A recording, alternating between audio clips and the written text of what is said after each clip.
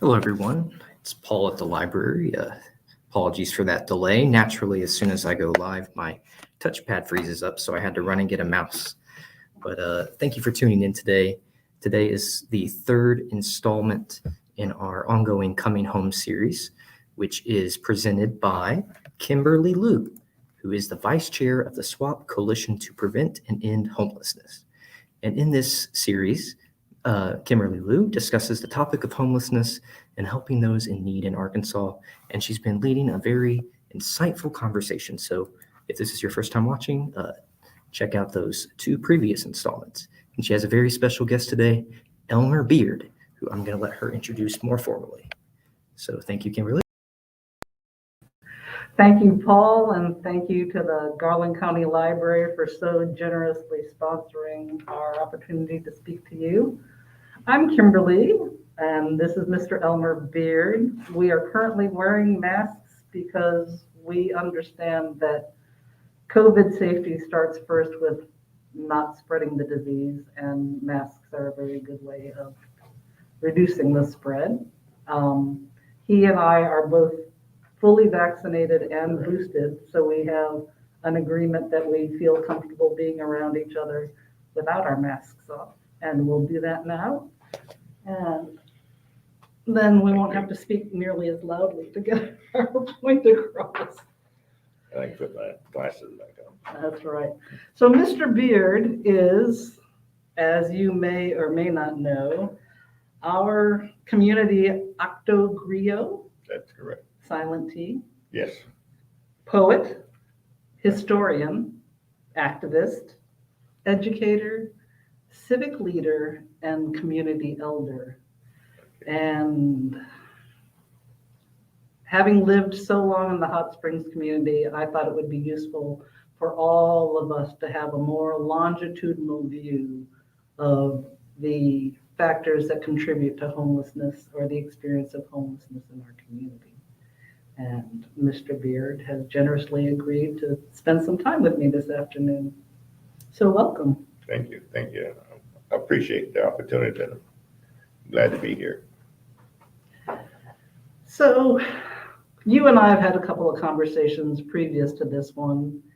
And well, I guess what's your first, when you think of homelessness or experiencing homelessness in Hot Springs and Garland County, can you nutshell some of the most important ideas in your mind?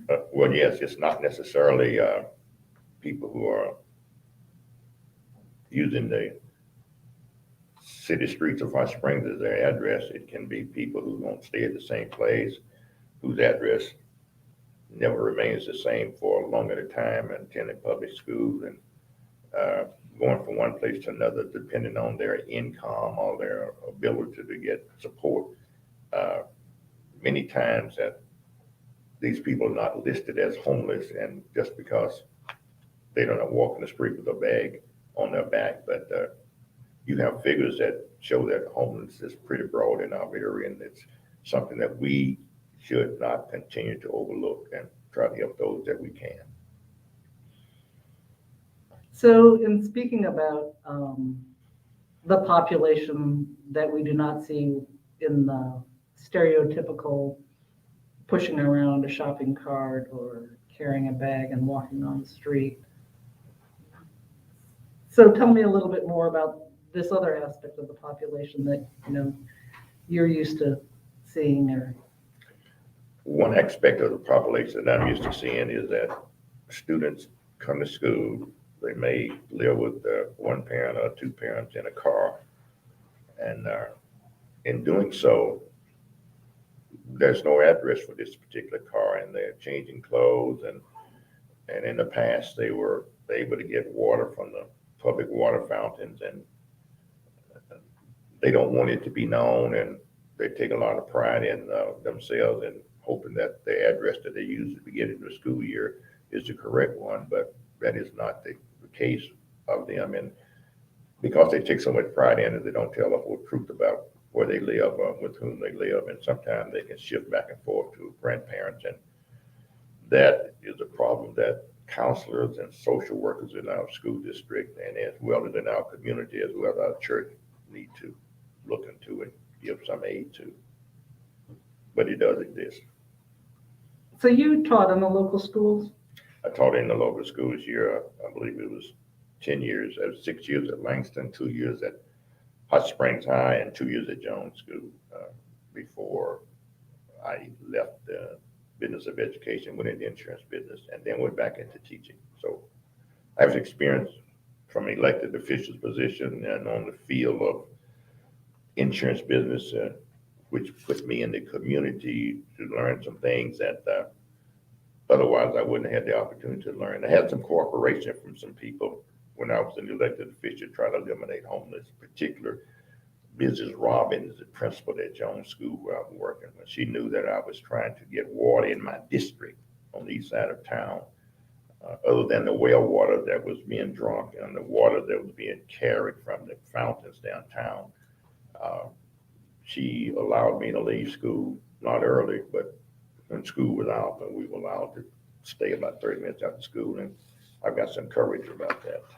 One photo I remember pretty well. And it made state paper, by the way, and I enjoyed telling that story. That was the last well, open well, that I remember in Hot Springs. And the lady by the well and I were having a conversation. She said that water was still drinkable, and I don't know whether she was still drinking it or not, but I tasted it because I grew up where we had well water. And many years later, my dentist told me that's why I had such sound teeth, because of the well water I had drunk. So that was wells in Hot Springs in the early 70s when I was an elected official. Let's see if we can get that picture up on there.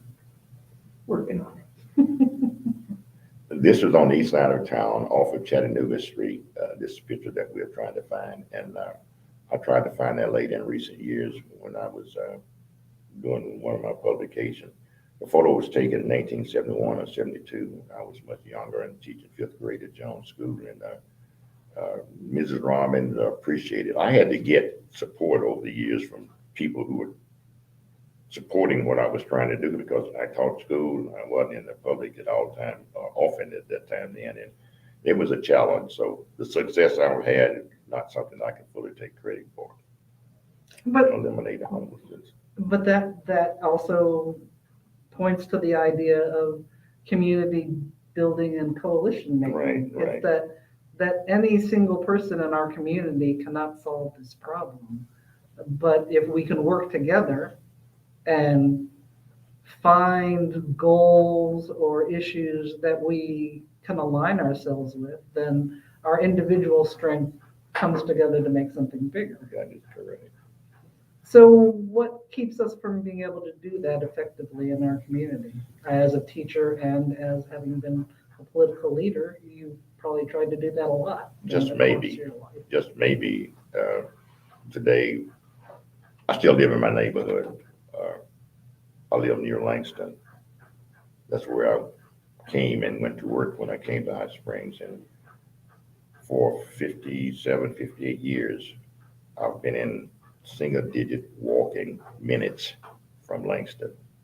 And all the rest of my co-workers, they're either gone or they are moved in another area. And we have to feel like it's a part of our values to reach out and aid and support. And I can't get it. When I quit, I get up the next morning, I start all over again. Like, I'm not moving. I'm here to stay. So we have to have that, I like this term, felt need for it. Although I can live without thinking about people who are homeless, but I have to feel the need for it. Slide 2, if you don't mind doing that. So felt needs has been a word that's come up in our conversations together a lot, and I would kind of like you to explain to me more clearly what a need is versus a felt need, or if there's some, I mean, as a poet, I know you're very careful with your words. So you don't just say things that don't have any particular meaning to you. Well, this felt need is that aspect of one, and it is of me, to want others to have what I'm experiencing and enjoying. If it's okay, if it's comfortable for me, if it's healthy for me, if it's safe for me, the same it is for my neighbor. Although I could live without doing that, and there are millions who do that, and they don't have that drive to reach out. For example, recently, my family and I helped someone who was homeless for about 3 nights, and he stayed at our house. We had space provided for him, not on the inside, but he was out of the weather.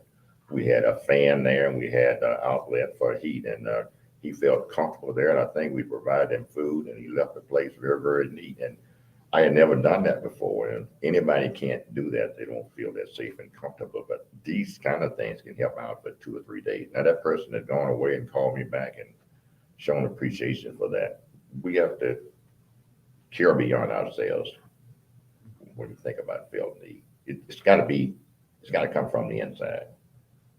I never shared the story, and I'm enjoying thinking about what I've done and was able to help somebody. Then I feel like my living is not in vain, that I'm not as selfish as I otherwise could be. So for you, felt need is a thing that starts internally and personally? It must come from the inside. This term felt need was the answer to a question I had on a test at the University of Wisconsin in graduate school, and of course in the exception child.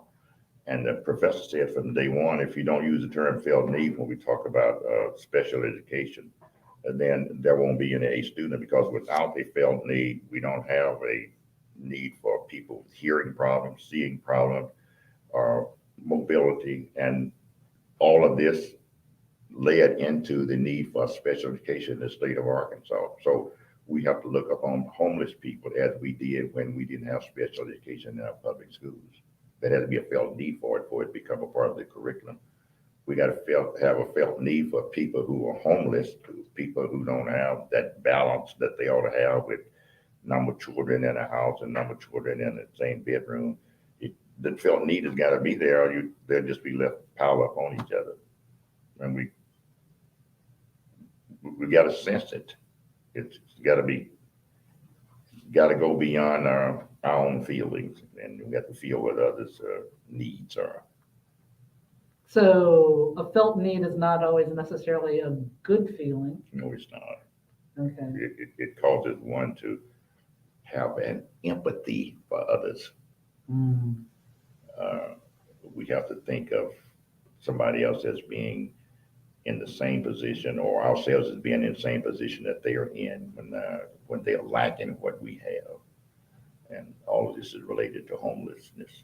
And people who have should give, because one way or another, they're going to leave it when they go. As the pastor says in church, there won't be a hearse following us to the cemetery, the vehicle that carries our money, and policemen guarding the car. Somebody's going to use it. I guess that's true. That is true. You can't take it with you. Is that another way that people say that? They won't be throwing checkbooks and bank accounts in my grave. I plan to not leave very much. So then that makes me think of the idea of safety. And, for a person who does not have regular shelter is one level of feeling unsafe. And yet I know I have other friends who have bank accounts who also have a feeling of being unsafe, as if they aren't going to have enough money for whatever it is. Comment, please. Many people who are homeless lack the ability to budget, if not most. I say many, and they have very little to begin with, and they try to make it on that small amount that they have without any kind of assistance or aid or support. They're not able to even spend that Social Security check wisely. For example, purchasing food from a fast food restaurant can be expensive and cause you to run out of money very quickly, as opposed to having some beans and some rice and potatoes on hand to do some boiling if they are able to have a stove and heat to cook. I remember my first late wife making a comment when we were growing up with our 3 children that I got to go home and get a pot on. So if you got that pot, that's a balanced meal at the end of the day, as opposed to everybody getting fries and burgers, and it gets very expensive, and a sweet drink and some chicken wings. Rice and potatoes are less expensive, I would think, than chicken wings if you can cook. Poor people and homeless people have to help themselves also, if they possibly can, and some can. And they need to be encouraged that it's not going to be that way always, unless they don't strive to get out of that position. I know about poverty. I don't know about being homeless as a result of that, because that was disdained, but it's challenging. It's not as simple, and it's difficult for people who have to identify with those who have not. It takes a special effort to come back to that term felt need again.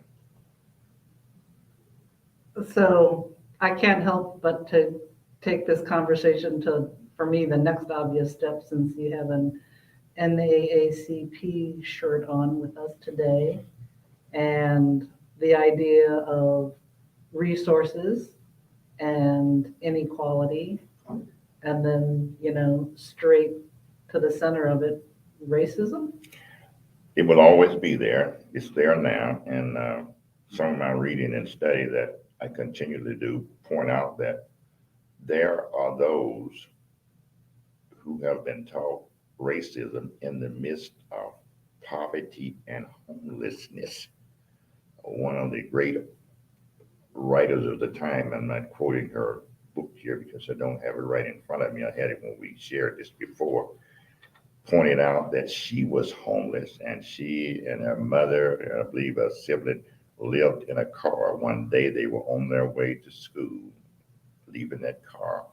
And so she was not as clean as she would like to have been. She had had her breakfast.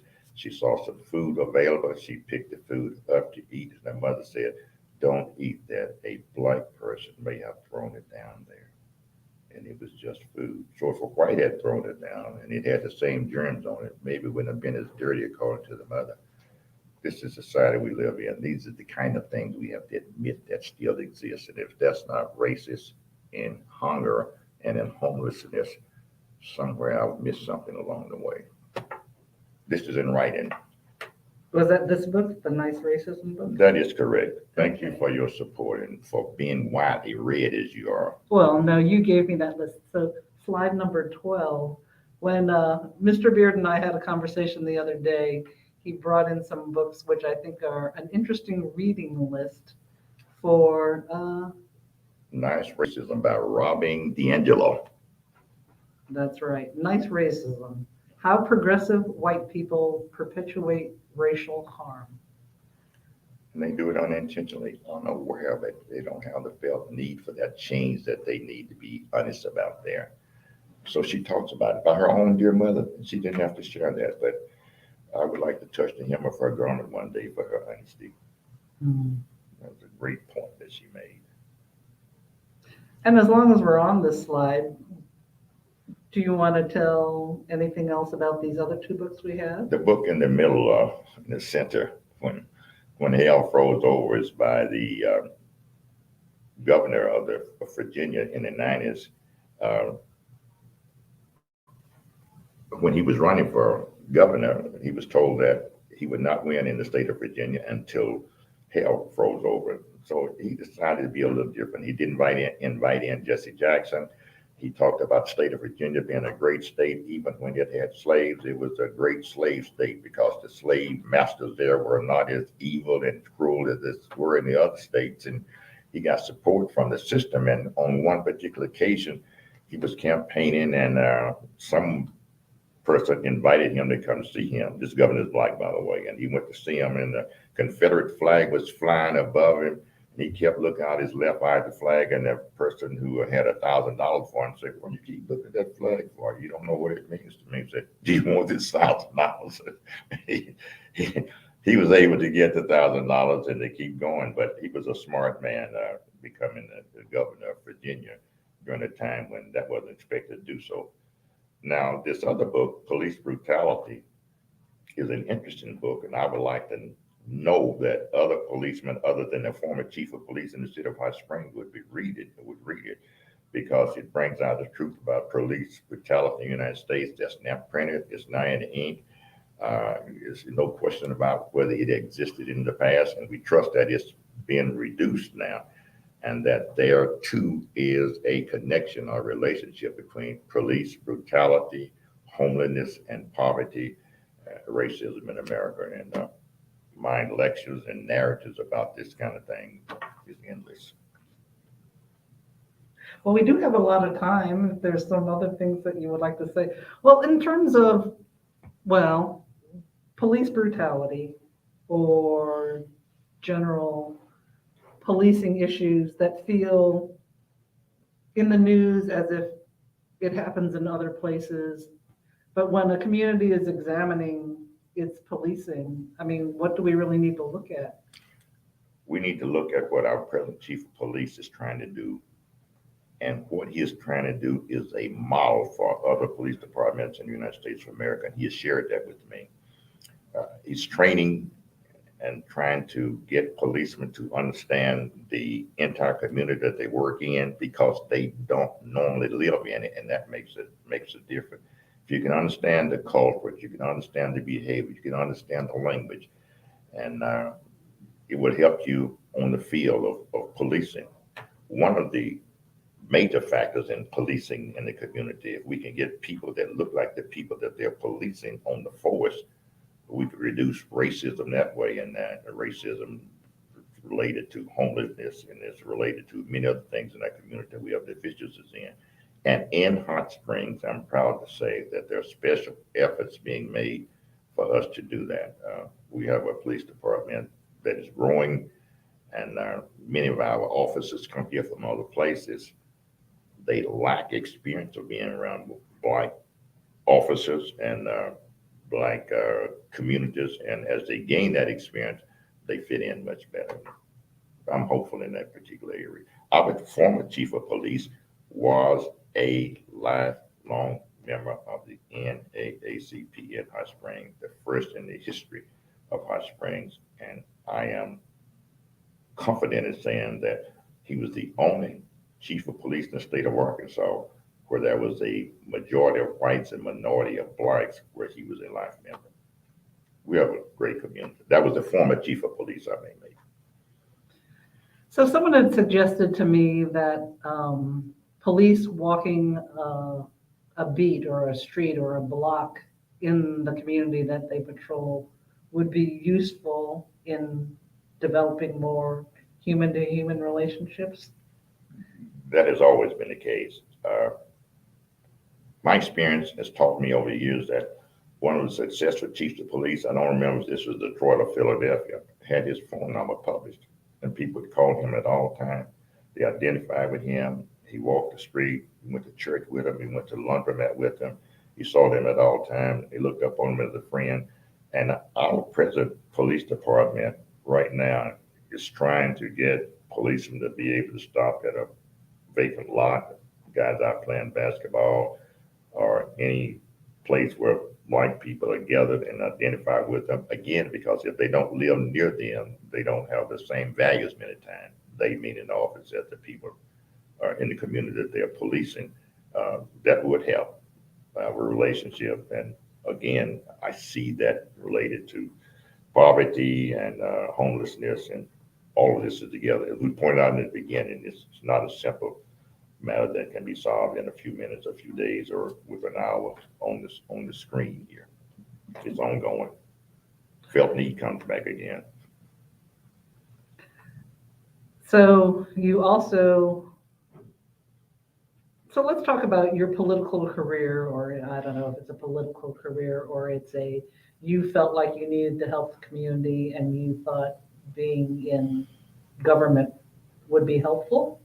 Yes, I suppose it goes back to high school days. I finished high school in 56, and in the state of Arkansas, we had a student council conference in Pine Bluff. And it was only 4 years old in the state of Arkansas that African Americans had student councils. So even in college, I was interested in politics, and we had a very little of that. I ran for office there for the student government president. I think I won that. And then graduate school, I got involved in some politics in the Midwest in graduate school. When I came to Hot Springs, it just seemed to fit right in. And I became a member of the Council of Liberation of Blacks in the late 60s. And we were trying at that time, we mean the Council of Liberation of Black, we called it CLOB, trying to get African Americans elected to offices in their community. Where I lived, there had been elected officials for generations, but no one who represented my district, east side of town where Langston is, ever lived there. You could run citywide for any position in the city of Hot Springs. So we were able to change that. And I served on what is known as the Reapportionment Commission of the city of Hot Springs. And I was elected as an alderman one time and re-elected 7 times, and became a troublemaker at the same time, trying to change some things, and enjoyed it. And as I pointed out earlier, I still live in the area where I served. I feel indebted to Hot Springs. I picked up that from my mother, I suppose. My dad talked about it, and then he would remind me, you can't help everybody in the world.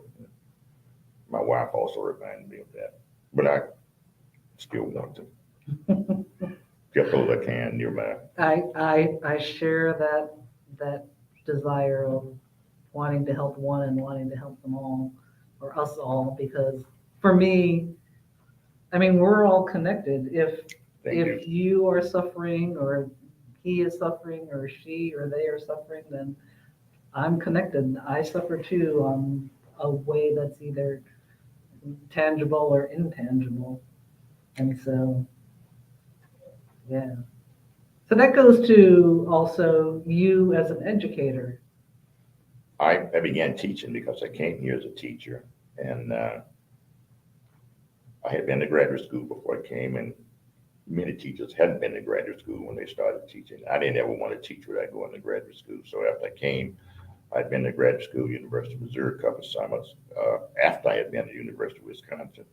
And I obtained my master's degree in 1967. In 68, we got deeply involved in the community, trying to change the alderman mayor form of government and get equal rights in the public facilities in Hot Springs and in the school system. And so I got deeply involved in it, and it's related to some of the things that I've been able to do now. I think that I gained respect for people because I tried to always do what I thought was popular.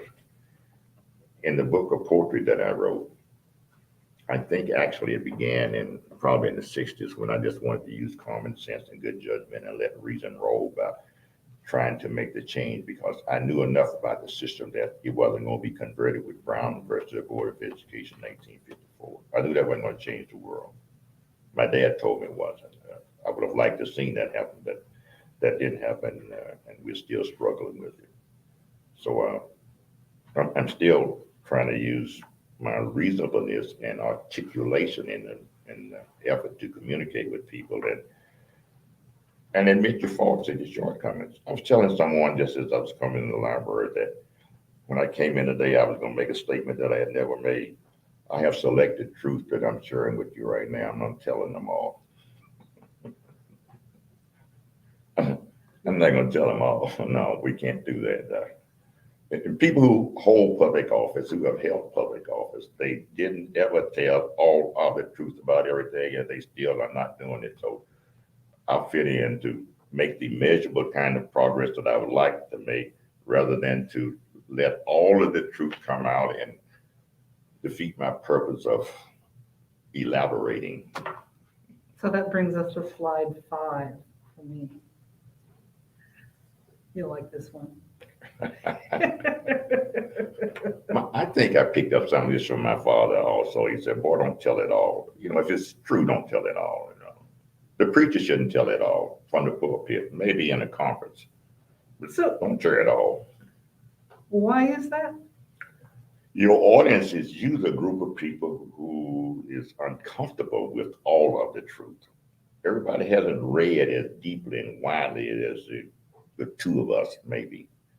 And if we want them to continue to listen to us, we have to share with them bits enough about the truth for them to stay tuned in and listen till we finish. Okay. And we can give them more as they come in. They can't absorb all of this at one time. So you're trying to avoid traumatizing people with too much truth? Yes, if they get too much truth, then we get disconnected. Because then I get scared and I get defensive. We get And then I that go, fear and an uncomfortableness war going on within us. And that when that happens, we defeat the purpose of communication and say that it's useless and it's not useless. We have to just make measurable amounts, like the grain of sand. As a friend of mine told me one time that the ocean begins with a drop of water, and what surrounded the beach begins with a grain of sand, and then it multiplies. I like to deal with people whose minds are much broader and wider than mine. If I'm in a room with group of people and I'm the smartest one in there, I'm on the exit. So I can't get much help from that room. So I had remembered from our previous conversation, you had used this phrase, with all deliberate speed. And it seems like as you are sharing your truth-telling philosophy to me, that there is an aspect of that. I like to comment about that term, deliberate, when used in 1954, Brown versus the Board of Education of Topeka, Kansas, when that law was passed regarding desegregation of the public schools. And I'm digressing here, and I'd like to point that out. Desegregation is not integration. It is not. The superintendent of Hot Springs School and I have a warm, friendly agreement on that. She's leaning more to the words meaning the same thing than I am, but we are letting reason roll there. I'm tying in my book, and we're using common sense. And she has appreciated my pointing out that these terms are somewhat related, and that Hot Springs School District may not have been integrated over the years. It has definitely been desegregated. But where do we get to now? We're trying to get to the term with all deliberate speed. When the United States Supreme Court passed that law, May 17th of 1954, the word deliberate took on a meaning that it had never had before. It for some meant as fast as it could be done with reasonableness, and for others as slowly as possibly moving in that direction. For example, the Little Rock 9 was too fast for Little Rock. It was too fast for Arkansas. It was too fast for America. And for African Americans in the National Association of Advancement of Colored People, it wasn't fast enough. Had it been fast enough, the governor of the state would not have been able to close four schools in the Little Rock School District in 1958 and 1959. There had to be a cooling off period, Right. according to him. But hundreds and thousands of people were misplaced when that happened. Hot Springs population increased in other places in Arkansas, in North Little Rock and around the state, because people moved out of Little Rock in what is known as a white flight to other places for their children to go to school between 1958 and 59, when they could not go to school, grades 9, 10, 11, and 12 in Little Rock, because the school was closed. My daughter was at Central for 3 years, and nobody ever mentioned it to her. Like the history of the school had been It never desegregated. It never was mentioned to her, and she was the editor of the paper. But I was there in 1957 as a troublemaker. I was there watching from the sidelines and got in trouble about that with my father. So deliberate means what you want it to mean. Softly, sparingly, narrowly, just tiny bitly. So in the wisdom of your years, has your definition of deliberateness moved from, because it seems like, as you were young and witnessed the Little Rock Nine, that deliberate might have been a different speed than how you view deliberate speed now. Deliberate speed now hasn't changed very much to the extent that the white flight protects the definition of deliberate speed. We can get these districts to be out of the hood. It can be out of the east side of town. It can be out of the old neighborhoods. And we keep that majority of whites in the majority, then the speed will remain stable. It will remain 95%, 98%, 90%. So we have in Hot Springs, different from anywhere else in the state of Arkansas and Garland County, 7 school districts. And by having the 7, we can always keep that white majority in the majority with the flight.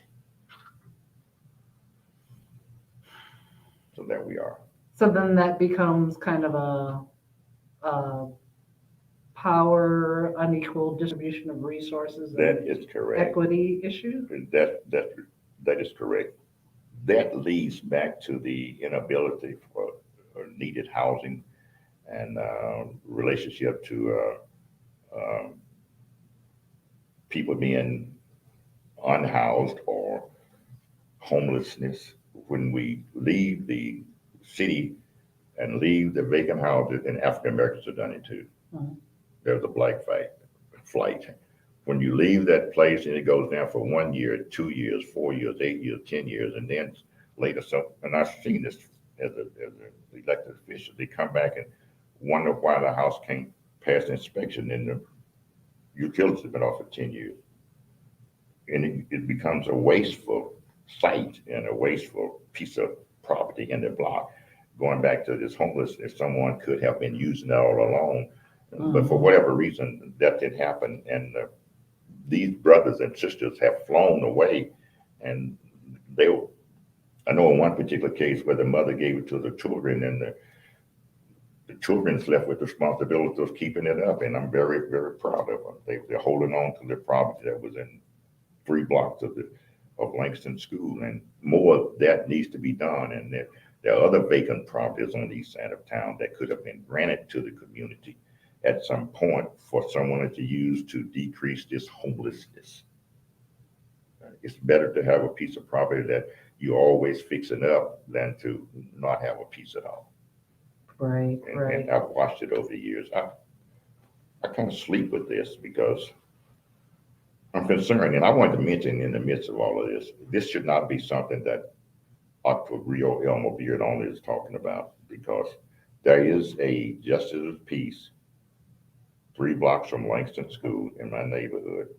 There is a city director about 10 blocks away from the school, and they need to be more involved in whatever matters that we're discussing now than they are. They need to be called on, and I need to recognize them on the tube right now that their responsibility towards the community is none less than mine, just because I'm author of a couple of books and like to get a 3rd one out. This is our community. I'll be leaving soon. Not too soon, I hope, but okay, then that comes to an idea, just because I want to hear your opinion about representational government.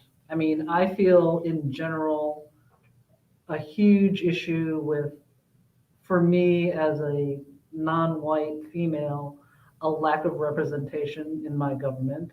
And then I try to grapple with the idea of what's my responsibility, which will get us to our responsibilities to vote. But it seems that when you did the redistricting and changed from the at-large voting to kind of a more representational situation, like what was your hope? How has it kind of panned out? 1 man, 1 vote. The number of wards in the city of Hot Springs was reduced from 8 to 6, and the number of automobiles from 16 to 12. And by doing so, you lived in the district where you ran. You ran in the district where you lived. Some elected officials lost their positions when their reapportionment took place. Now, we have been able, with the exception of about 6 months since 1969, to have Black elected officials in our district for city director. I point that out in my book, the challenges. And this has been a blessing for us. We hope and trust that we'll continue to be able to in the future. What the general public does not know about that is, and this comes down to the voting, we can have a majority of residents in District 2, but not have a majority of voters. And whites could win if that was generally known, and as they put forth the kind of effort, if they wanted to. But I think they want, majority of people want fair and equal representation on the board themselves. I trust that they do. And we've been able to keep that pattern going since 1970. And I'm very proud of it. And I point these things out because I've studied it every 10 years as to the change in the geography and the drawing of the lines. And I've been on the election commission myself, and I know how important that is to us. But we are a progressive city, but not so progressive that we need to go to sleep on these kind of things. I've written about going to sleep in my books. While we're asleep, things pass by, things get out of control, out of hand. Page 16, a great book. Yeah, while we were asleep. So, participation in democracy. It seems, because I'm from a suburb of Detroit, well, I guess it's nationwide actually, I don't really know. This sense that people don't vote, and we see nationally that there's even a greater effort to keep people from voting or make it hard for people to vote, which has been argued that marginalized communities have, effect of poll taxes. Right. And how do we change that? How do we encourage people not to feel oppressed? I try to do it with a simple answer.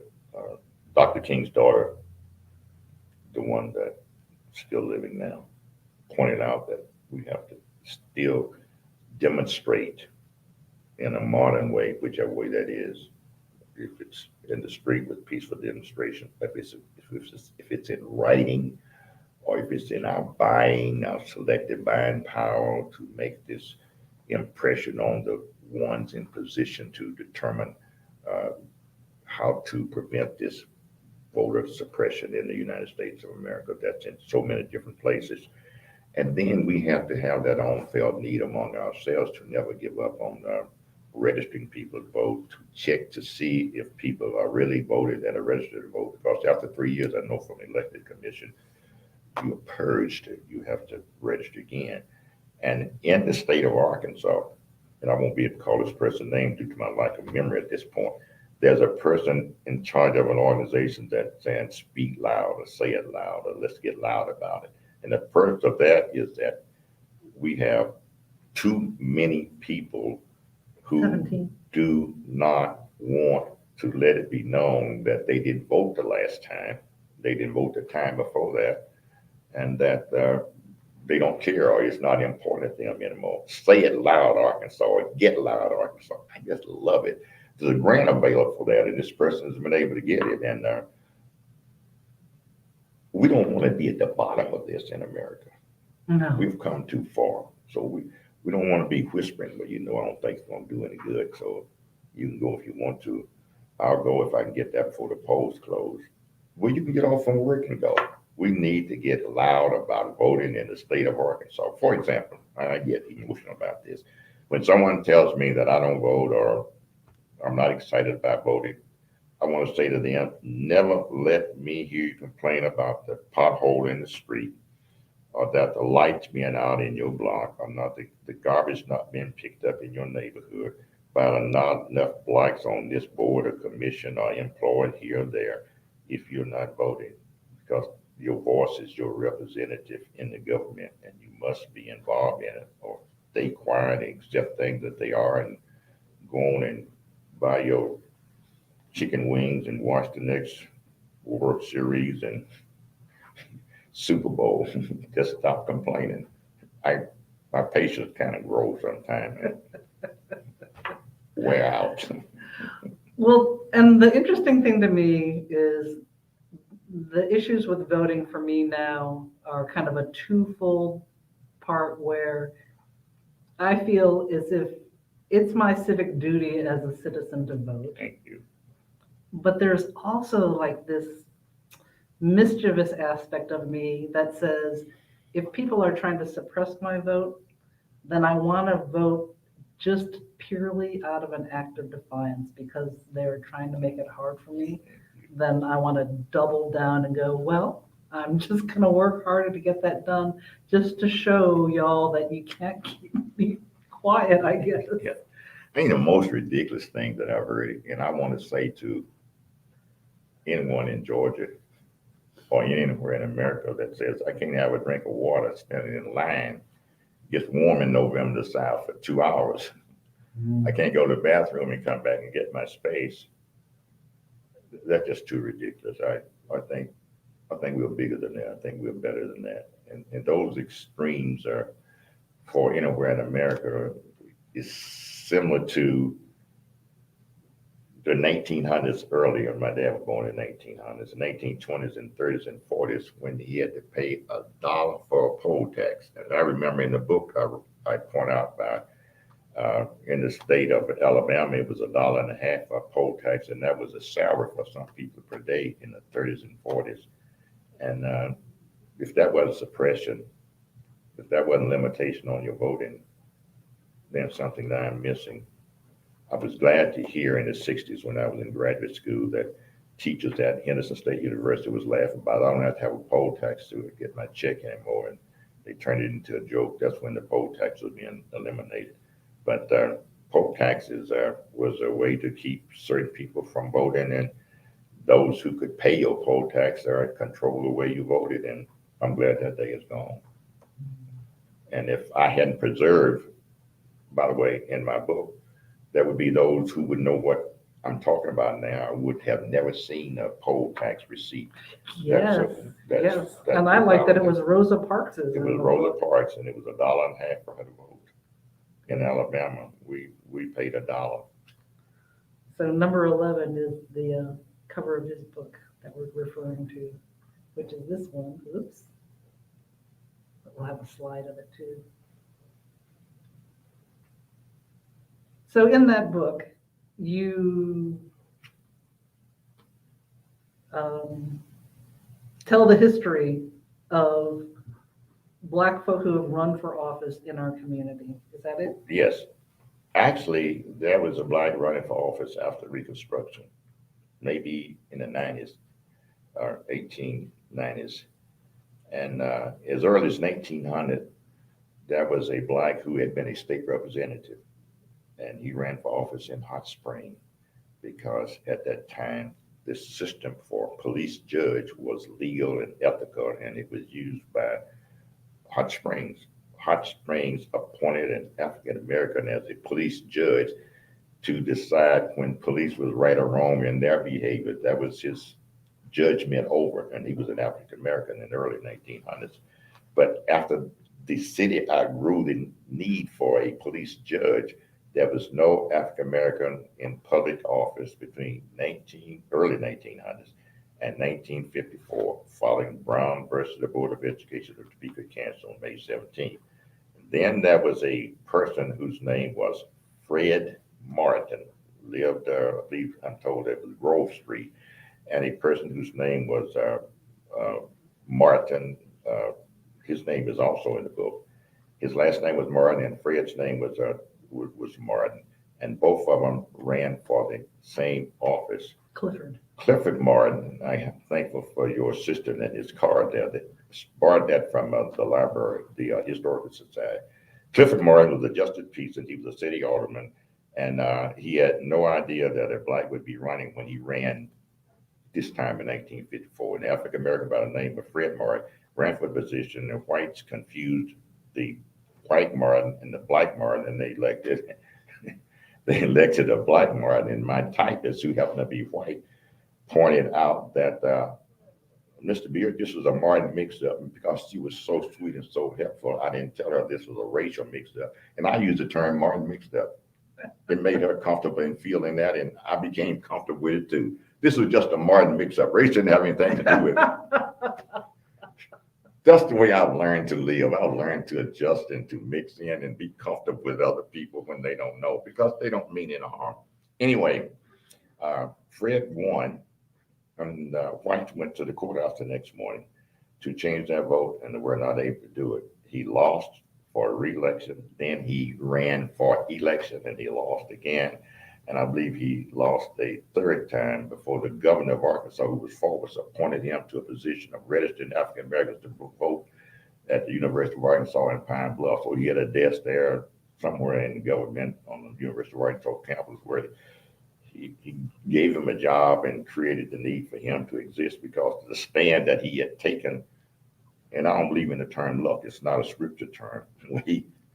He luckily had won as an alderman, and but he never won again. However, between 1954 and 1969, there were 15 African Americans in the challenge who ran for public office, and the ones who won were the ones who won unopposed, because you could become a JP historically in Hot Springs until 1969 without an opponent. That's why we'd have 65, 70, or 80 justices apiece, because nobody ever ran against each other. Right. And they probably receive $1 a year, or 10, or whatever it was, one set salary at the beginning of the year, and they would meet at the courthouse and vote on the budget, and the judge ran everything else. That was the system. It was very common. Hot Springs wasn't that much different from any other community. I learned all this through my research, and for those who think that you make money with these books, I was reminded by the Historical Society, you lose money. You got to enjoy this to do it. There's no money in this business. You end up losing your car. You got to enjoy it. I guess this is my Super Bowl or Final Four or lake front property. This is my house in the village. your piles of books are like, yeah, this is what happened. This is my house in the village. But I got to enjoy this to do it. And what I know about candidates run for public office, it sounds braggadocious, my kids think I do. But nobody else knows, because they don't care. If you get deep in the wild in this, you're going to miss out on something else. I don't have anything else to miss out on. Because I ran and won, and I was able to pay into my retirement. And I appreciate the city of Hot Springs for reelecting me 7 times and doing the things on the east side of town that would have never gotten done had I not been there to consistently complain about citizens on the east side of town not having the proper water, sewage, and streets, and plumbing, and curb and gutter that they have. And the mayor, Tom Ellsworth, was able to get grants over a period of 3 terms while I was alderman, and I share that in the book. And I'm just proud of the east side of town for the things that we were able to do, and those things that we were not able to do, there's still work to be done. And again, it's related to poverty and race, for the part that I would admit. So in terms of looking forward and vision, and especially because of, your book and your political engagement, and the fact that we have one Black city director and Elaine Jones is our city director. And one Black justice of the peace. Yes. And 2 African Americans on the school board, and one African American on National Park College. Someone just retired from out there recently, and many African Americans don't realize that, and they don't know that it has been encouraged by officers of the national park that someone should run for a 3rd position on the board. It just doesn't necessarily have to be 2 people on the board at National Park College from the Black community. It could be a third one, but we have to know that the vacancy is coming up, because I don't think anybody from the college is going to be going out recruiting African Americans, because there are two there. And I talk about this in the book. The poem is called Oneness. That's probably not the title. In this particular case, it's two-ness, and that the system wants to keep just that two. Mm-hmm. School board wants to keep just that two. By no means do you want to have a board. The number of people on board is 5 and 3 blacks. That just can't happen in Garland County nowhere. That majority can't be in the minority can't be in majority represented in the group. It's just not going to let that happen. It's not going to happen. But it seems to me, in my experience as an in-between colored race person, because I'm not black and I'm not white, so I get to occupy this. If it were gray, I'd be gray, but somehow they named me yellow, so I'm taking that for now. Thank you, yellow. Thank you, yellow. But it seems that the more diverse gives you a broader view of everything. That's a hope. That's my hope. Rather than monochromatic. It opens our mind up to the fact that we are all human beings and that we all bleed red blood, and that God created us equal according to the scripture. And we have to be open and honest about these kind of things and not be afraid to have a majority on any board or committee or commission. And we should look and seek and try to find those people endlessly. There's so many issues that I could get involved in and tell the whole truth about with the police department. But again, I need support. The least I request my support from is the people who hold public office. I don't know that our city director has been at Langston School. I trust that she has. I don't know that our JP has been at Langston School. And why am I mentioning this? Because I was invited there on the 3rd Friday of this month. And I was invited there last year.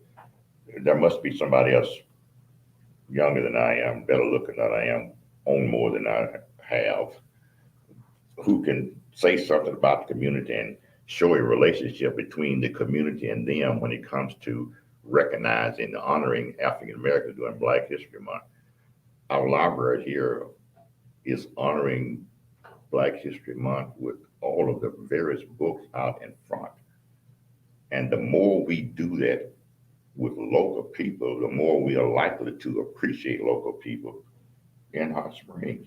And I point this out because the city manager that retired recently called my attention to it. You have Mr. Beard, Martin Luther King birthday every year. What about Nolan? That's the secretary, that's the person in City Hall's father who ran for public office. What about Elmer Beard? I said, well, I can't recognize me. Somebody else will have to do that. But what about the names in this community like Puckett, the name in this community like Collier, the name in this community like Adair? Mm. We do have a Kenneth Adair Park in the city of West Spring. I'm very proud of it. But we have local people who have been historical. One of the things I want to do before I leave this earth, and I have to take this opportunity in the next few seconds to say it, John Andrew Pasca should be recognized as an honorable, stalwart supporter of civil and human rights in West Spring, regardless to any activity related to him when he was no longer here with us. He was the founder of one of the founders of Council for the Liberation of Blacks. He was soft-spoken, and I've told his daughter more than once, and I want to see that a plaque is downtown honoring him, along with Bobby Mitchell, the football player from Hot Springs, or with Dr. Jones, the medical doctor from Hot Springs, because if there was ever a difference maker, his name was John Andrew Pasca, and it was he and a former attorney, Judge Britt, who said that Elmer Beard, you will run for this office and win it. And that's what happened. So I'm indebted to him. Wow. Wow, that's great. So it seems that we need to learn from our history. We need to learn from our history and respect those among us who were local people, and there were many of them. Dr. Collier, for example, was, we graduated from the same school, by the way. And I remember the coach at Langston saying that when he came to Langston to teach, he had to have his players examined, and to do that was costly, and it had to be a doctor. And Dr. Collier reached out and examined each football player at no charge to him. He choked up telling the story. We shouldn't forget about the contributions that those people made to our community. And this kind of list of people went on and on and on. And then there was a nurse, I was sharing this with someone a couple of weeks ago, that she would examine those players. And Dr. Collier attended these games at no cost. I remember seeing him come in. I'm Dr. Collier, and he never had to pay going into a game. And he would go in, and he was there to aid and assist at any time that he was needed. It's part of the history locally here in Hot Springs, and we're proud of it. We're very proud of it. And John L. Webb himself, if he was a millionaire during his day, I don't know what a millionaire would be like today, because he just couldn't have much money back then. Understand, if he let you have $5, if you asked him for $5, you want to borrow $5 from him, he let you have 3, say come back in 2 days, get the other 2. He would hope that you had earned those other 2 when you come back, and that you pay the 3 back that you owed him. He's a Republican. He was conservative, and I loved the idea of a Republican, and during that time did what he did on Malvern and Pleasant Street. And I'm proud of the Webb House, John H. Webb House, National Baptist Hotel, and the Webb Community Center, Emma Elise Webb Community Center, named in honor of his daughter. These are local people, the point I'm trying to make, that we should be recognizing in this time of the year, at all time of the year. All time of year. I mean, that's the whole. I was in a bank 2 years ago, and it was, the bank pointed out that we should have 12 months of Black history. Yes. I don't believe it worded it quite that way. It pointed out that Black history should be every month. And I was just taken away and forgot why I was there.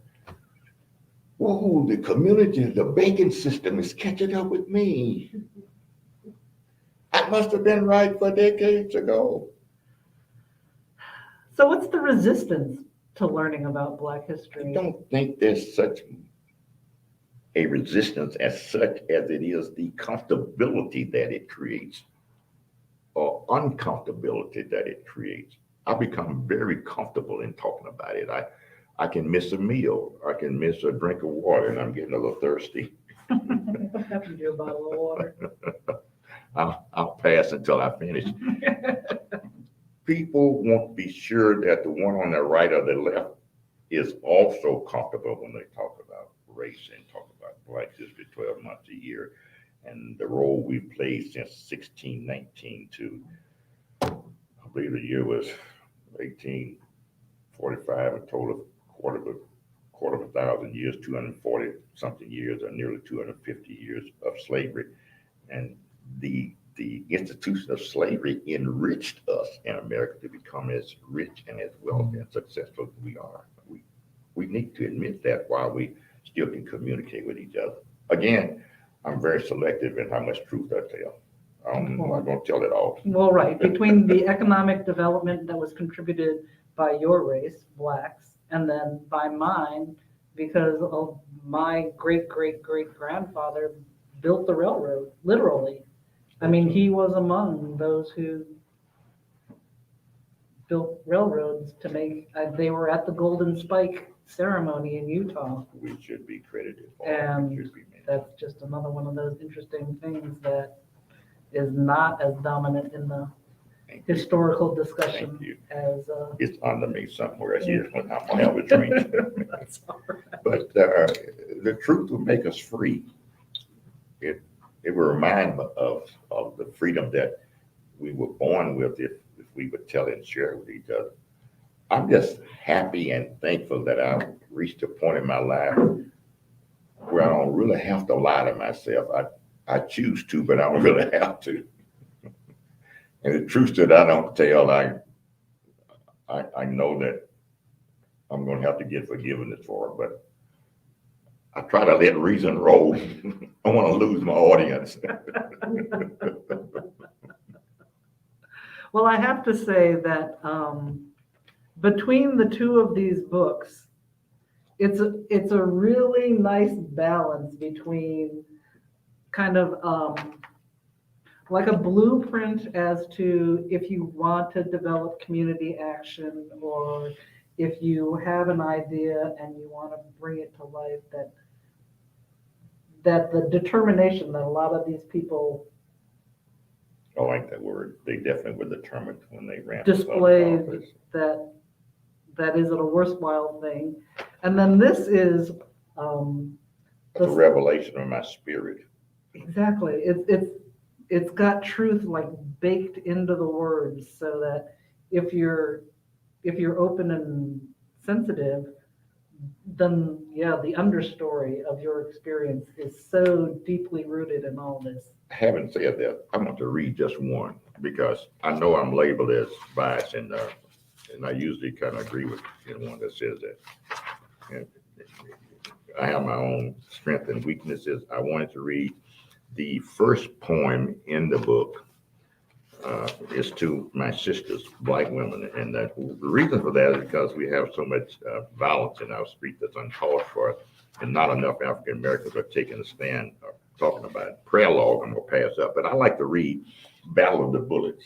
Okay. One year we had about 12 murders, African Americans in Hot Springs, and then it went down to 9 or 8. I don't know what it was last year, but I'm gonna read Battle of the Bullets. It reveals the truth that I actually feel that we could take a stand on in Hot Springs. It says, too often to record, bullets stray, pierced fly, raging day and night, shooting by and by. How precious life is lost, ricochet, blood, danger. Mothers scream out loud, grief, madness, anger. Loved ones tend to shout. They weep, moan, cry. Doctors weigh options. Brothers continue to die. And we're responsible enough to mention it, acknowledge that we are a part of someone shooting or getting shot, living in our house without a social security card or without a job that he's had or is trying to get, and end up in the kind of violence where a policeman is shot. That's too extreme. That's ridiculous. We can do better. I point out here that mothers scream out loud their grief, their madness, their rage, and then they wondering how it happened, and I don't. You know? We're guilty. Mm. That's one word. We are responsible for it. Yes. You just couldn't stay at my house without working. My kids can't come in the door with rings in their ears unless they're female. I have limits. You have to be a life member in NACP to stay overnight. My expectations are high. I've been taught the high bar. This is ridiculous that we let things get out of hand. Is one of my associates, same age I am, just forgot his name at this point, said that we people could do better, or you people, or listening people. We need a self-examination because we're partly responsible for what's taking place. The more we read, the better off we are, and the more we try to help somebody, even with his homelessness or joblessness or education regarding the need to vote, especially when, again, we hear somebody say, well, I don't really have a need to vote. Do you have a need to get food stamps? Do you have a need to get free meals at Jackson House? Do you have a need to be allowed to sleep under somebody's overhang?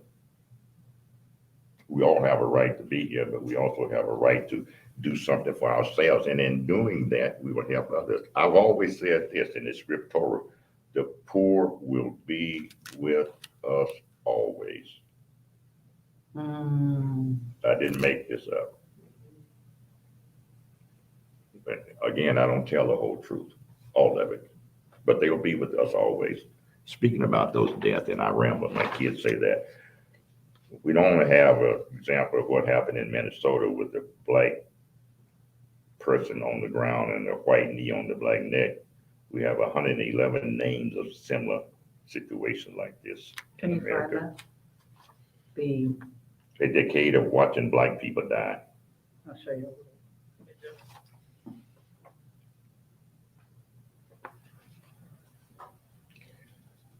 So I want to be respectful for your time, but I also would like to speak to you all afternoon. So I need to just check in with you to Thank see if you would like to talk some more I or. want to know if anybody had any questions or like we couldn't answer them now with our situation being as it is, or we have an audience that might have a question. And they have been friends of mine for such a long time. I have to recognize them because this book would not be completed without the family that I have in the present here. I believe it's this one, probably both of them. Well, I know that your daughter is on the credit pages of both of these. Yeah, my children referred to me as their model, and they endorsed the book. Yes, the back of this was highly delightful because each one of the affidavits was from one of your children. And I love the sense of humor of that. That's the way to do it. You gotta be creative. You know, you wait for somebody to respond. You just keep calling them and writing them. And one thing I learned in this, I learned many things, was that in America, this was surprising. There is some 4,500 publications per day. That's a lot of ink. It's a lot of books. This stuff is about, if I may refer to writing this stuff, it's about everything, and it's common, and we don't have more of it in Hot Spring. We're just missing out because that's a way to protest, is to use your ink. Circulate some circulars, if I'm not being redundant. Let's get our message out, our felt need out there for the changes we need to make, even if it's about homelessness, because we have haves that could share their halfness, that halffulness. I'm creating words I don't believe you can find in the dictionary, but I'm having a good time in doing so. Well, it is definitely kind of an appreciation for what you have and a recognition that other people don't have, which goes back to that felt need aspect It has to be there. of, yeah, not recognizing a need necessarily. I remember using that title for a subject that I had to address the chapel in what we call a Vesper service once an afternoon. My first year out of graduate school was Arkansas Baptist College, from where I graduated, and I had to speak, and I spoke on this felt need, and I remember pointing out that Jesus Christ, Mary's baby, born in Bethlehem of Judea to a virgin, and according to the history, he was black, and he came to this earth as a result of God having him to be born of this virgin, his only begotten son, to save the earth out of a felt need. So all of the other needs that we have been able to fulfill over the history came from a felt need. Even before Jesus Christ, there was a felt need for whatever was taking place. The government, our government is based on the government that's scriptural to some extent, and there has to be a felt need for it. It wouldn't exist. I just base everything on the felt need, even water, food, breathing, wearing masks. That is true. That is true. I've enjoyed this, and I like to answer questions because I try to do it directly, and I don't get as emotional most of the time anyway. Do we have any questions in the room or on the comments? Thank you for showing. Thank you. That was very profound. Thank Yes. you. Thank you. I didn't realize you were living in well water on the east side of town. I went back and tried to find a well, and the wells have been closed for safety reasons. There's You're not one. talking about the ones on East Mountain, are you? I mean, those that are capped, the spring? No, community, like You're regular talking about community well. community well? Hole in the ground. Oh, my. Maiden Lane. Now, Maiden Lane is a block off of Crescent, and Crescent is a block off of Chestnut, where Langston is. 2 blocks from Langston. Blocks are kind of are there long and short. Mhm. There is a well, but it's capped It's capped. for safety. I saw it last Well, week. I guess it makes sense, you know, in the early Yeah. days. they But had in the that water. 70s, he was talking about that they were Well, I still drawing know, from a that's what I well. couldn't connect with. And the principal knew that some children didn't have water. She identified with me. I really liked her. And she said that some kids come to school smelling, then other kids laugh at them. And if they had water, they could turn on the faucet. They could Sure, come to yeah. school clean like the rest of us. That's amazing. I- You've come a long way, Elmer. There I am with this Really? well. Yes. I laminated it because it was in a mirror and the mirror broke and it was being torn. And so I made copies of it because I said in the future, someone wasn't going to believe that. The date's at the bottom. The principal I let me see that. leave school at 3 and you're not supposed to leave at 3:30 or something like that. He said, go ahead. Hmm. I really liked her. So speaking of these photos, it looks like I did have a little trouble scanning them in, but I did get some of them. So I'll pop those up. We'll do a little lightning round of your photos, and you can give us a background on these. Okay. And No we kidding. don't recognize you. Look at that hair. You were very handsome. Thank Yeah, you. well, yeah, you had hair, that's a given. So here's a picture here of you, Mr. Beard. This is recent, and maybe that's for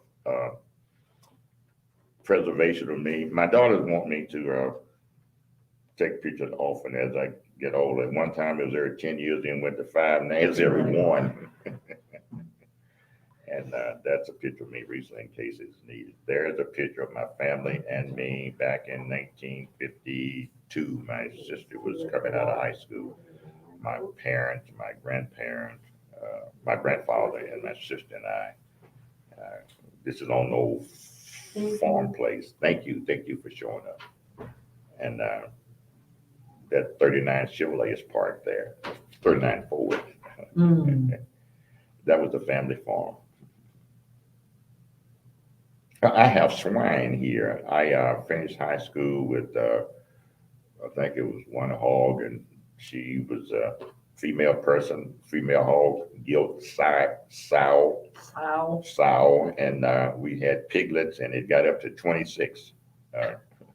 She had a 26 No, piglet. over a period of years, I had 26. Oh, I think she probably had 7 or 8, and over a period of years, I had 26 hogs, and my dad was in charge of them. So actually, he called them his when I went off to college and couldn't take care of them. But I was home on the weekend looking at them, and had my photo taken, and never thought that it would be seen on a tube at this point. That was in my hog pen. Hmm. I'm in college here, 1958, I guess it is, because it's 57. I entered in 57 in January. And You this labeled was it 61 annual picnic. 61 annual picnic. Maybe toward the end of your college. That was probably 1961, if I say it so, because I was a senior. And that seemed like a shirt that I would have bought in 59, if I remember well. Sitting on that same rock there where I had sat earlier in 57. But I got my story correct on that. I came to Hot Springs and I invited my wife to be over in April of 1964. That's the year we married in December. This was like March, and this is downtown Hot Springs, where you probably don't know this. In Hot Springs, I was a photographer who would take free pictures all day long. When you're walking down and everyone was dressed in their downtown Sunday best, And he right? gave it to me, and I wasn't able to buy any more, but I appreciate him so much because that was one that I was able to hold on to. And on the back of it, it's a note that points out that's the day that I became engaged to my wife to get married. Hmm. And it's on the back of that picture. I'll hold on to that one. My kids probably never heard that story. His daddy never told us this story. Too many to tell. In where am I? I pointed out I'm in Egypt. I'm in Egypt, and the camel bowed on his knees to allow me to ride for a short period of time. And to unload, he had to bow on his knees for me to unload. And I enjoyed that day with the pyramids in the background.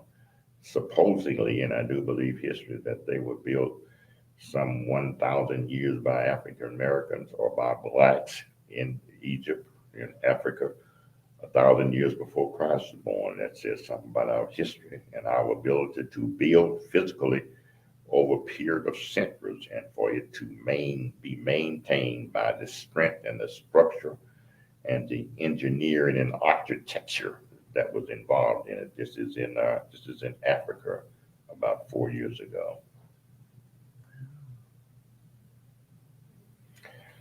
After I retired from teaching, one friend of mine who's in the real estate business invited me out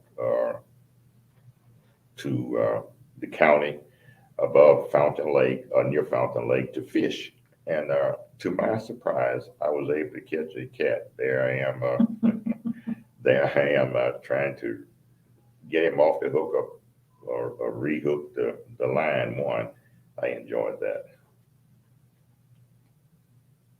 And that's the same fish. Nice, nice. My second lady wife said, "You must have thought that you were really cool, Elmer." That was the fourth Sunday in April 1959 in Lookout Mountain, Denver, Colorado, and I kept that picture. I was a school photographer. Back in college, if you wanted to be a school photographer, all you had to do is get a camera and buy some film, and that was your position. Nobody was trying to take it for you. You didn't get elected to it. You just did it. And then I had my own picture taken, and I held on to that photo a long time on Lookout Mountain, Denver, Colorado, April 24th, 1959. That's amazing. 58, I believe I say it is. I mean, that look is such a classic, cool, and it very civil rightsy to me. I don't know why, because I think of Dr. King and Malcolm X and everyone just like Agent J and Men in Black. that too. That fit me too. Yep, a government man. I But trust him. I believe it. I accept that one. My kids near his age, or I think they're older than you, much older, but they would say the same thing. My kids are rounded at 50 now. You got years ago. But they know who you're talking about. One more to scan. This is a Web Community Center with my NAACP t-shirt on. I think I said articulate or negotiate, join, rather than to be separate from us. I was advertising at that time. Yeah. Too far away Don't from me to hate. read. Don't hate. Your cap says NAACP. Don't hate something else. Don't hate initiate. Join. It rhymes. Ah, okay. Don't hate, initiate, maybe? Can you zoom or can you read that, Paul? As far as we're going. Oh. Well, you know what? Here. I don't know if I can see it any better. Associate? Associate. I need plenty of help from everybody who's trying to help me survive and have some eyes that I don't have anymore. Associate. Well, that's it. Don't hate. Associate. Associate. Well, that makes total sense. And I appreciate Fred for continuing his association today. And in the past, it's not new to him. He's done it.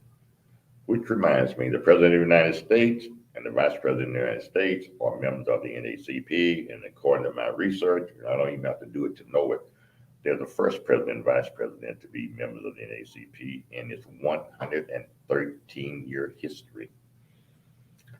I'm proud to say it's a sign of progress. Is a sign of progress. And the diversity of the cabinet makes me happy too. I'm very happy about what's going to take place. And that senator from Georgia Alabama made me feel so good the other day. I don't think the reporters should have said, so I suppose you endorsed her. He endorsed her without saying that she shouldn't have tried to get him to vote for her. And it's not time to vote. What is his name? He ran for president. And he said all these positive things about him, pointing out that he couldn't say anything negative about it. And he just left it there. The senator from Alabama, the president senator. Someone have to call his name for me. From Alabama? Yes. South Carolina. I'm sorry, South Carolina. Clyburn? No. That's the black guy. It's the white, the United States senator. He ran for president 4 years ago. When I go to bed at night, it comes to me. Good, Too much good. to remember. You can yell it out, because I'll yell it out somewhere on my drive home. It's like, oh yeah, that's what he was talking about. I appreciate it. He just said that he wasn't gonna say anything bad about it because he couldn't. But he wasn't gonna say right then, I'm gonna vote for her. He will. I'm confident that he will. They're making some progress in that area. That's wonderful. You're born and reared in the South. You go to school in South Carolina, you go to school in Florida, and then you move up to the position of Supreme Court. Wow. I have to admit, that's progress. That's appreciative. And she's a sister.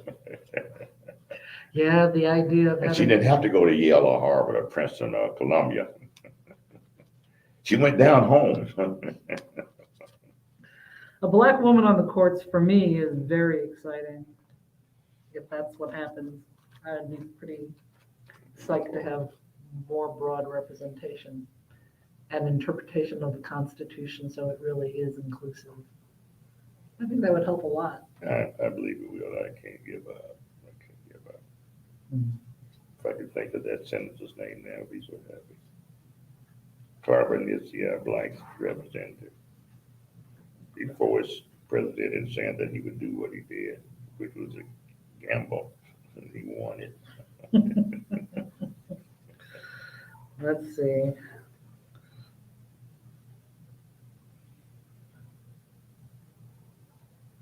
Watch this when it's on television, will you please? Pardon?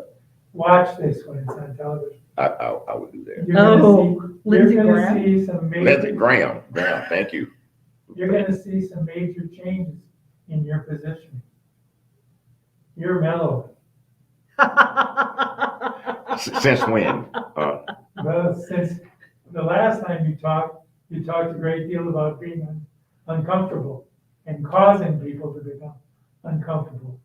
And now you're talking about the fact that you don't tell the whole truth because you don't want to make them uncomfortable. Ooh. That is true. That's a big change. That is a big change. It could be called growth. You think? It could be called mellowing. It could be called mellowing. And you use the term a great deal that you're happy about what you're seeing in certain things. And most of the time, you aren't very happy. When I say that I'm not very happy, I'm being honest, I know. but I'm losing my audience or I'm distancing them from me. But when I point out that which I can, like the South Carolina candidate for the United States Supreme Court, I'm happy about this. Yeah. I'm happy that I have a book published when I can tell the truth about our responsibility of blacks killing blacks and living in our homes without a job and being able to eat and sleep without any type of utilities or an address. Don't get me wrong, you're not any weaker than you were. You're still the advocate. I think that the octobrial position, Mm. who's gonna interfere with my check that's coming at 12:01 in the morning? It can't be stopped. The bank can't stop it. It's authorized. So I don't have to bother about that. And I've seen Martin Luther King. I've seen Malcolm X. I've lived longer than both of them. And many others I've lived longer than Elsie Bates or Daisy Bates or Kenneth A. Dare. And that list goes on and on and on. And I'm not telling all the truth still.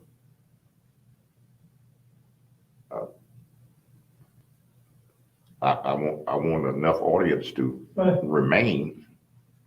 you did tell more of the truth in the past.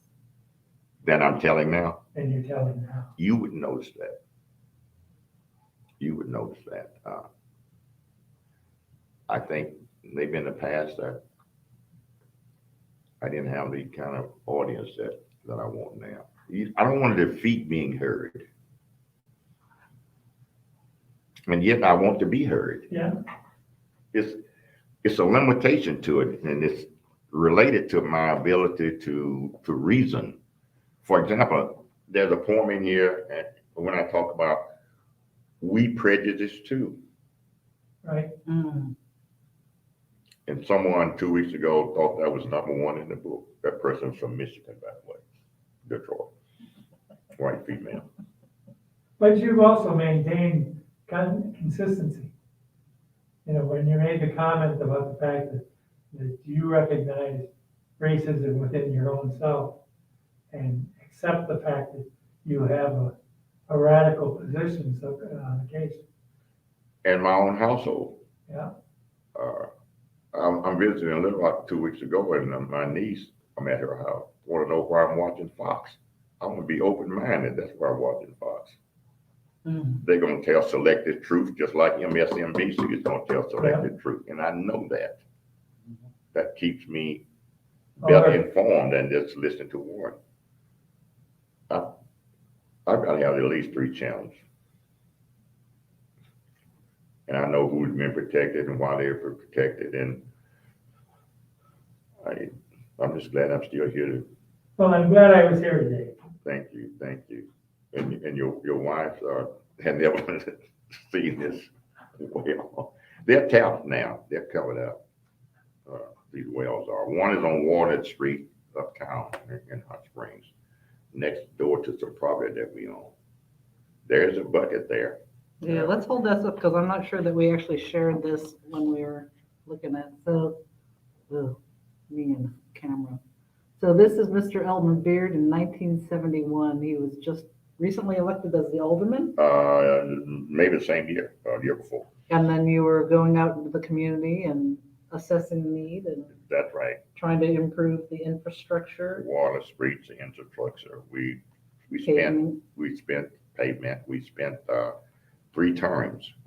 It was over a period of 3 terms that we spent $750,000 on the east side of town to have it improved, so they would be improved. And we're still enjoying it. But one of the disadvantages that many people that we tried to help on certain properties are now moved away, and the streets not even being used. And that was the engineering at that time, saying that property on the street is not worth as much as it costs to pave it. But I would hope that east side of town would make use of some vacant property that's over there. Yeah. Before it just gets gentrified into a thing that makes it unaffordable actually for people to live in. I actually own a lot on Boston Street that I would like for someone to make use of, but I have to admit that it does not have utilities on it. Hmm? Well, it's across the street, it's on Chattanooga, but if it ran right down by my property, I would probably already build something on it, which prevents it from being as valuable as it otherwise would. If somebody needs that property to build a house. And President, what's his name from Georgia?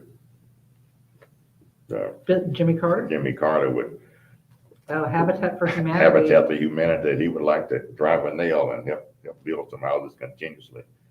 I'd like to have seen him again. I met him when he was running for president, and he was one of my favorites because he never gave up working when he was not president. And he teaches Sunday school every Sunday, and my daughter and I talk about wanting to go there to his Sunday school class. He is a teacher.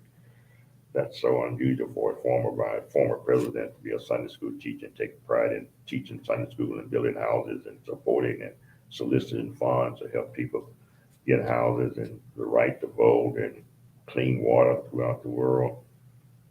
It's encouraging to me because I'm not alone in what I'm trying to do. Right.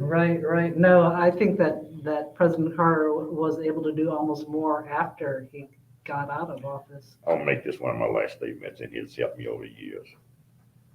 He said the greatest person in his life was his wife. And more I thought about that. Elmer Beard could have said that first. And that President Reagan was a better president than he was. He got reelected. Good presidents get reelected. Well, no, that was a setup in my opinion. He got reelected. Mm, Call it what you want. I held public office. I got reelected 7 times, so whatever it takes. I guess, yes, due to my lack of experience, I will shut my mouth and listen to you. You learn as you go along. If you lose your position for public office, you ought to be able to continue to make a difference after you're not there no more. And if you have it in your heart to give, you're going to give. Mm. So I couldn't stop when I retired. I had to keep on doing what I ran for office 14 times, I think. I won 8. Well, I just have to thank you profusely for spending so much time with me. So I'm enjoying this. And the idea that, your longevity and persistence inspires me to know that, well, the females in my family are pretty long-lived. They always go into the mid-90s. Wonderful. So that I'm going to have to kind of get my show together and know that it's a long train, but that I have you as an example. I appreciate the effort on the library to encourage and make facilities available to do this on the eve of the shortest month of the year. And Langston School invited me. The Lutheran Church at the village invited me. It's a Kiwanis Club or some organization there. Arkansas Baptist College, my schoolers invited me, and I forgot the other place. But it's an activity a week now for the next month Ooh. that I'm going to be involved in. And I'm trying to unload these books out of my house also. Thank you very much, Thank you, librarian. Paul. Thank you very much, the Thank you. Garland County Library. If you would like to have more conversations with Mr. Elmer Beard, if you're watching this video, put it in the comments, like the video, and then we will support and then invite Mr. Beard back to have a few more Great. words to say. I appreciate Fred having so keenly observed me over the years and noticed the consistency in my inconsistency.